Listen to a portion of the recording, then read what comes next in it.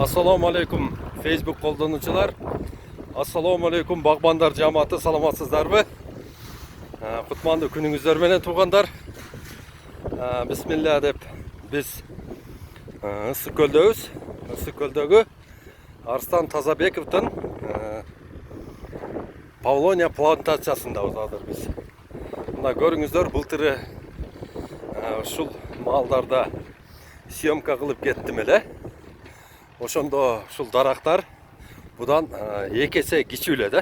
Кичине мындай азыркыдай жоон эмес эле. Мына көрүңүздөр, быйыл булар аябай бизче оштукча айткандай зороюптур, чоңоюптур. Быйыл Кудайым буйруса мына ушул кыштан чыгышса келирге будан дагы 2 эсе чоңоет. Туугандар, мына айтар элем, мына ушул дарактын дагы пайдасын Кыргызстан көрүш үчүн туугандар. Мына ушул Арстан Тазабековдун мына плантациясына келип, ушул жерден окуп, ушул жерден үйрөнүп, ушул жерде мындай опыт алып, ушул жерде иштеш керек да.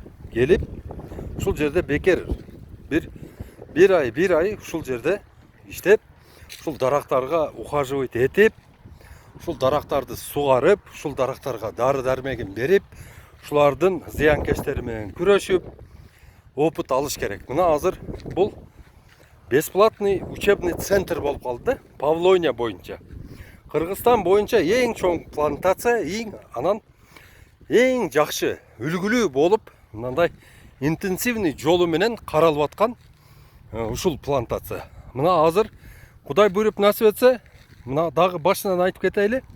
Буну череногунан отургузган аябай жакшы болот. Оригинал болуп чыгат. Череногунан отургузса, анан кийин экинчи жакшы жагы, ошол дарак сатыла турган дарактын сорту чыгат да. Анан дагы бул 1 гектарына 1089 көчөт батат. 1 гектарына. Бул дарак 7-8 жылы буну ар бири 1 кубтан болот. Ушул дарактын ар бири 1 кубтан болот. Ошондо сиздерде ошол 7-8 жылы силерде 1089 куб өзүңөрдүн деловой древесинаңар болот да, сатканы даяр. Эми билесиздер, 1 куб древесина азыр 15 000 сом болуп атат да. 15 000 сом. $200. Бул деген 1000ди 200ге көбөйткөндө уже $200 000 болот да. $200 000 болот дагы. Анан кийин бугун кардары даяр. Анан кийин баягы деловой древесинасы, например, мына мен колум көрсөткөнгө чейин, чоңойгондо дагы ушул жерге чейин кесиле турган болсо, например, 5 метр. Анан мына үстү дагы бизге эмне алдагы прибыль берет да. Ошондой. Анан туугандар, ушул даракты мына ушул биздин баягы чоң эмелерибиз, каналдарыбыздын бойлору бош жатат. Ушуга бир 3 катар, 4 катар кылып отургузуп койсок, мына 7-8 жылда эле канчалаган Кыргызстанга киреше берет. Туугандар, мына баг отургуз деп айтканымдын себеби мына ушуда. Мына айтып атам го силерге, мына отургузгула деп атам. Мына Арстан Тазабеков отургузуп койду. Бул өзүнүн мына Кыргызстан үчүн өзүнүн адамгерчилик миссиясын аткарды да. Мына карасаңыздар, мына жерде 12 гектар жерди чоң үйдөй болгон, вагондой болгон, чоң бир дыты 75 дейт. Таштарды чукутуп, апчыгып, ыргытып, бул жердин аябай татаал. Бизде болсо, мисалы үчүн, биздин жерлерибиз мына Арстан Тазабековдукундай татаал эмес. Бизде мына мисалы үчүн жөн эле шоколадтай кесип иштете бере турган жерлерибиз турат. Биз ошолорду иштетпей атабыз. Эмне себептен иштетпей атабыз? Эмне себептен биз мынчалык жалкоолукка берилип атабыз? Кечке ушул саясаттын сары суусун сыгып ичебиз да. Айланайын өзүбүзгө оору ашырып атабыз.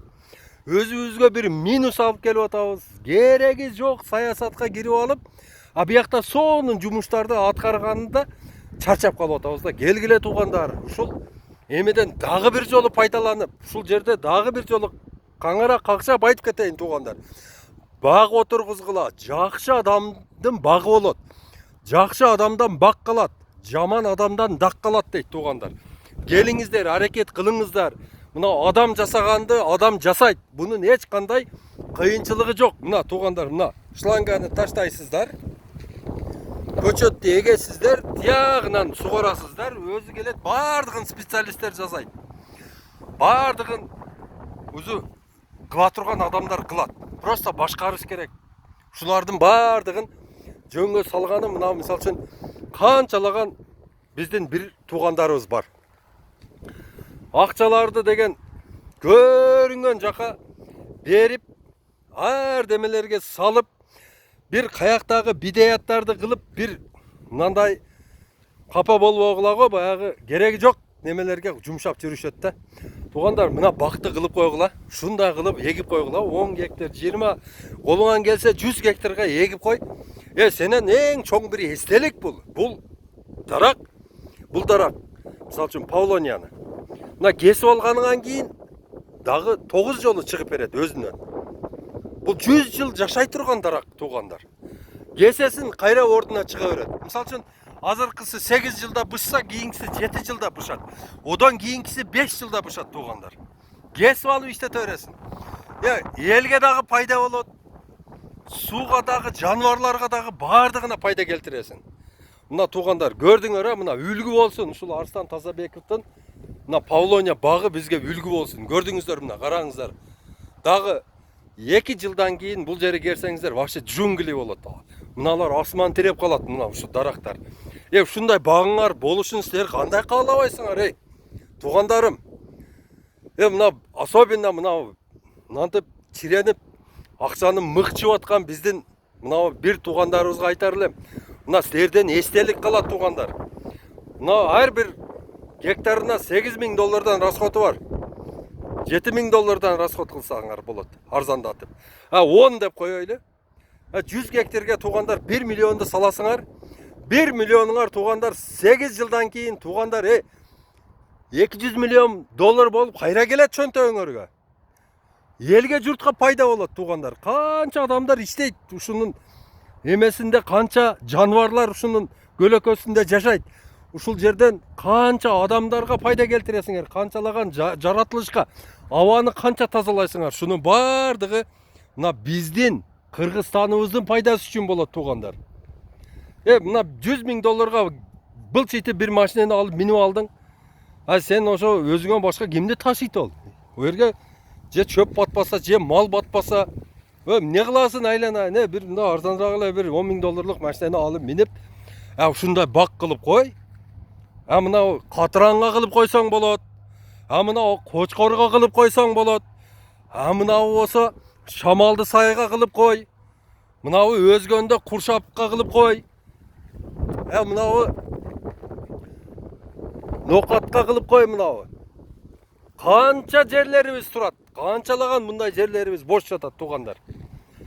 Келгиле, бар жок акылы жете турган заман келди. Бар жокту биз кылабыз, бизден башка ким кылат? Кытайлар келип кылып бериш керекпи бизге? Же башка бирөөлөр кылып келиш керекпи? Мына биздин өзүбүздүн жарандарыбызга бере турганыбызды бербейлиби? Бөлүшпөйлүбү? Жаратылышка бербейлиби? Мына дан сепкенде дагы курт кумурскага дейт, кушка дейт, немеге дейт. Бир тапканыңы мындай кылып, айылыңа чачып кой. Айылың үчүн кылып кой мына ушундай бактарды. Эртең барсаң аңыраңдап Бишкектен. Ушунун көлөкөсүндө жомогуңа айтып отурасың саясатыңы. Туугандар, келгиле, аракет кылайлы. Канчалаган саясатчыларды көрдүк. Ошол Куршаптын стадионуна келип канчасы сүйлөдү. Ошол Куршаптын стадионундагы ошол теректерди дагы баардыгын кыйылып бүтүп жок болду. Ошол жерде какыраган күндө ошол жерде туруп кулакка тээп сүйлөп атышат. Дагы эле сүйлөп атышат. Дагы эле алып качып атышат. Мындай кылам, андай кылам. Айга апарам, айдан кийин Марска чыгарам деп. Туугандар, мына жердегини кылайлы биз. Мына ушул жердегини. Мына туугандар, мына кыла тургандар мынантип эле кылып коюп атат. Келиңиздер, ушудан үлгү алайлы. Бул биздин эң жакшы адамдар кыла турган эң чоң миссия бұл. Әр кімнің қолынан дағы келе бермей тұрған іш. Бирок туғандар, мынау белді байлап, көбөйүп, коллективизация болып, жерлерді бириктирип, ағайыны, урук туған, тага жайын болып биригип, жерлерді бириктирип, ушундай бактарды кылышыбыз керек. Мына канчалык біз мисалы үчүн бир породадагы, бир сорттогу ошол дарактарды, мөмө жемиштүү дарактарды ошолорду отургуза турган болсок, биз ошону сатышыбыз оңой болот бизге туугандар. Келиңиздер, аракет кылыңыздар. Мына Арсан Тазабековго Алла разы болсун. Азамат жигит экен. Атасына рахмат. Ушундай кыргыздын жигиттери көбөйө берсин. Мына көрдүңүздөр. Мына тепкедей жер деп коет бу жерде. 10 гектар кичине эле жер. Бизде 200 гектарлап, 300 гектарлап жерлерди кармап турган бирадарларыбыз бар. Ошолорго айтар элем туугандар, келгиле, бак кылгыла. Көрсөткүлө, дараматыңарды, караматыңарды көрсөткүлө. Кылгыла. Мына кыла турган мезгилиңер келди. Ар бирибиз кыла турган мезгил келди.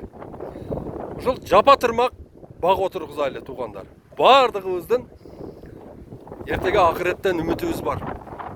Кимде ким бак отургузса, ошол бактын көлөкөсүнө bir адам келип, же bir жаныбар келип, ошол жерде салкындаса, ошо дарактын мөмөсүнөн жесе, bir адам же куш, ошонун бардыгына сооп жазыла берет туугандар.